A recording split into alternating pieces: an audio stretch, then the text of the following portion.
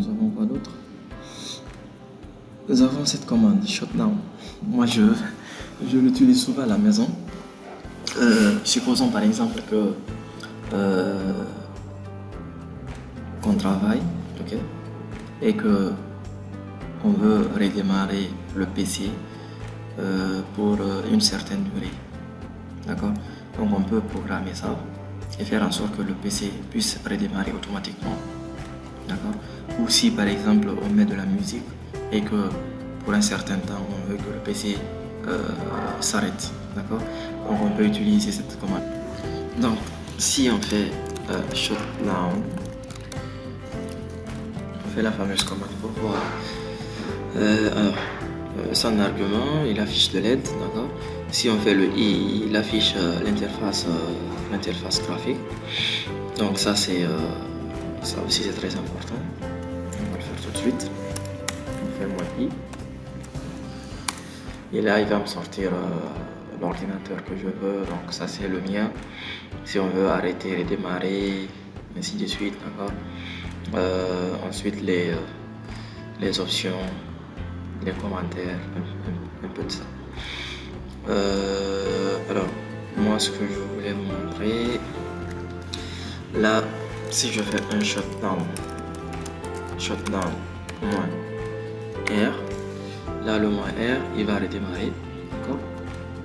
Si je fais, alors c'est où, tac, tac, tac. Donc là, si je fais le moins R, après je fais le moins T. Alors le moins R il va redémarrer. Le moins T c'est le timing, d'accord. Et si je mets par exemple, je veux qu'il redémarre 10 minutes après. Donc 10 minutes, quand on fait le calcul, là c'est en secondes. Lui considère en secondes, ce ne serait pas minutes. Donc on sait qu'une minute c'est 60 secondes. Donc si je fais 10 minutes, je veux 10 minutes fois 60. Ça me fait 600, ok. Donc quand je fais 600,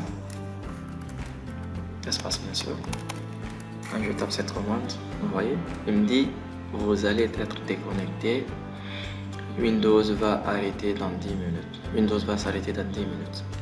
Donc c'est un peu ça. Là, quand il s'arrête, il va redémarrer. Mais là, par exemple, je me suis trompé, je veux annuler cette commande. Je n'ai qu'à faire cette commande là, cette autre commande. Je fais moins A, je clique. Il va me sortir. Là, j'ai annulé la commande. Donc, après 10 minutes, il va plus s'arrêter. D'accord. Donc, c'est un peu ça. Ou sinon, si vous voulez, vous pouvez juste taper le moins A et puis vous faites ce que vous avez à faire ici.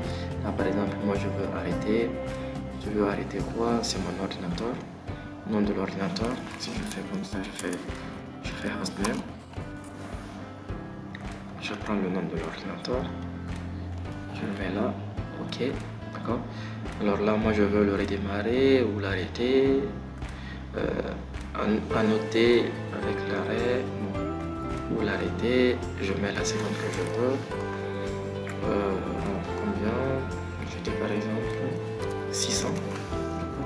L'option système exploitation, commentaire, et puis quand vous faites OK, et là ça serait bon. Moi je vais pas le faire. Donc c'est bon. Ensuite, alors cette commande va nous permettre ici d'afficher tous les drives. Supposons par exemple, on veut voir les drives de quelques applications utilisées par exemple par le Drive Curry. Je fais ça. Donc on voit ici Windows. Donc là c'est un peu compliqué parce que on peut pas effectivement distinguer quelques pilotes. Donc c'est vachement beaucoup. Donc là par exemple, alors on va voir les jours d'alimentation, voilà le nom de pilote, oui. Le nom de module, nom complet, type et la date. Donc là, alors je vais voir type de pilote pilote du driver load. Voilà, c'est celui-là. Donc là,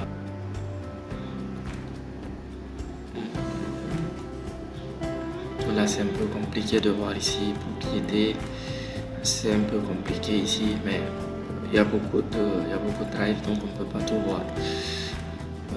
Sinon là, si on veut plus de détails, on peut venir ici, driver détail, et là on peut voir ici le nom du driver. Vous voyez, là c'est le nom du driver qui est là. Mais voilà le nom du driver aussi. Voilà, il est là. Donc c'est un peu ça. Donc on continue. D'abord le net start. Affiche les connexions. Je vais là. Net start.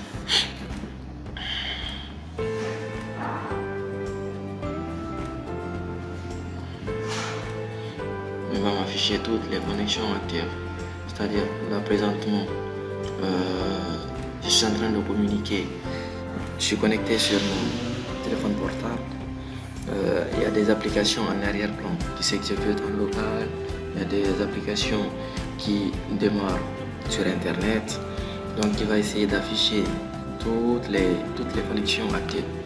Donc c'est ce qui est en train de se passer ici, ainsi que les ports. Donc c'est le protocole, le TCP, l'adresse locale, bien sûr le port qui est là, l'adresse distante et l'état. Donc ça, tout ça c'est établi. Donc, alors cette commande elle est aussi importante si on essaie de faire quelques options. Là par exemple, si on veut afficher toutes les connexions et les ports d'écoute, on fait le "-a". On peut combiner les arguments. Par exemple, on veut voir le statistique de l'Ethernet en affichant toutes les connexions. Et aussi temps de téléchargement de connexion actuelle. Donc on peut faire par exemple le "-AT", le "-AT".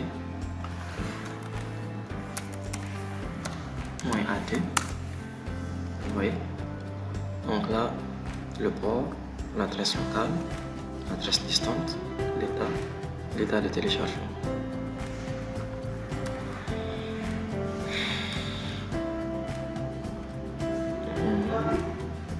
Et quoi d'autre? D'accord, donc on a fini ça. Donc nous avons aussi la fameuse ping, la commande ping. Donc là, les administrateurs, je pense que c'est la commande la plus utilisée qu'on utilise. Alors, une fois qu'on fait déjà le ping, c'est pour savoir la connectivité entre deux équipements. Est-ce que ça marche ou pas? Donc effectue un test de ping sur l'autre spécifique jusqu'à son arrêt. Pour afficher les statistiques et continue. Si je fais "-a" pour voir le "a", d'accord. Donc là, ce que je vais faire, je vais essayer de faire, supposons je fais un ping vers Google pour savoir est-ce que j'ai une bonne connexion et que la communication entre mon équipement, mon PC et Google, la connexion est bien établie. Là, nous voyons effectivement que nous avons 0 de perte de paquets, 4 envoyés, 4 reçus. Et là, si j'essaie de faire un ping "-a" de Google par exemple, comme ça, là il va me sortir le nom d'host. Normalement, si bon, cette commande elle est beaucoup plus utile. Supposons si on est dans le hostname, on donne le hostname, le nom de l'ordinateur. Donc cette commande elle est beaucoup plus utile dans ce sens.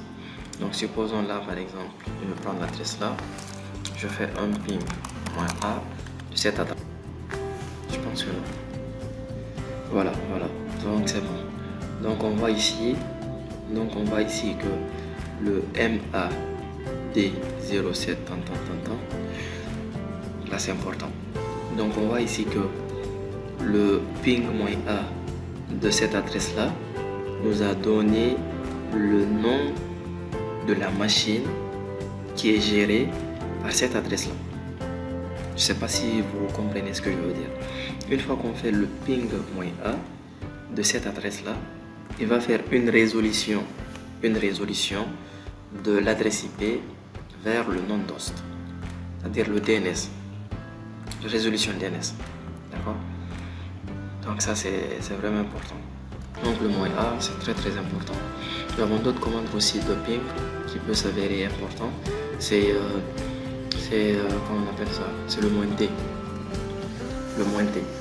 Donc si on veut par exemple tester une connectivité continue, par exemple on essaie de faire un test, on veut savoir effectivement est-ce que la connectivité entre deux équipements passe effectivement sans aucune erreur, on peut faire le -t. Je fais le ping -t ici pour savoir que j'ai pas de problème de connexion, et là je peux voir que la communication entre mon équipement et le serveur distant se passe sans interruption. Oui. Donc une fois qu'il y a le timeout qui est là, donc c'est qu'il y a un problème. Donc on va essayer que ça se passe sans problème.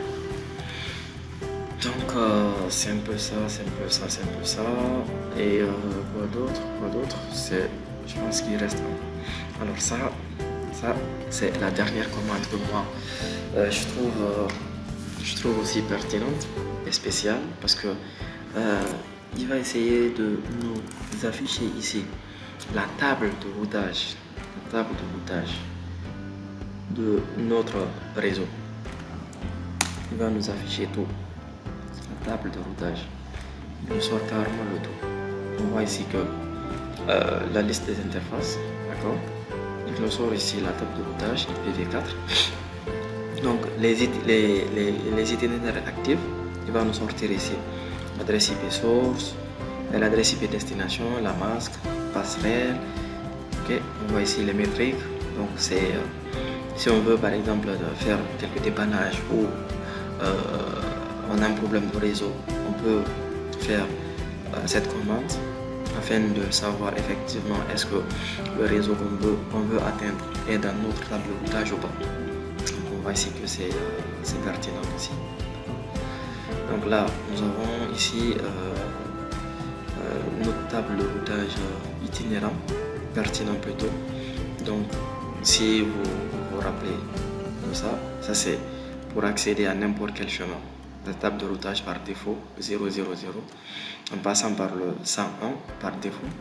Donc pour dire que quand je suis connecté sur mon PC et j'ai fait la partage de ma connexion, là je peux atteindre n'importe quelle destination. Le 00 pour atteindre n'importe quelle destination. Donc on voit ici un peu que cette commande aussi elle est pertinente. Donc c'est un peu tout. J'espère que cette vidéo vous a plu et que ça vous aidera dans la contribution de vos différentes interventions au sein de votre travail. Merci, n'hésitez pas à vous abonner, à liker la vidéo, à me laisser un commentaire si cela vous a plu. Merci, à la prochaine.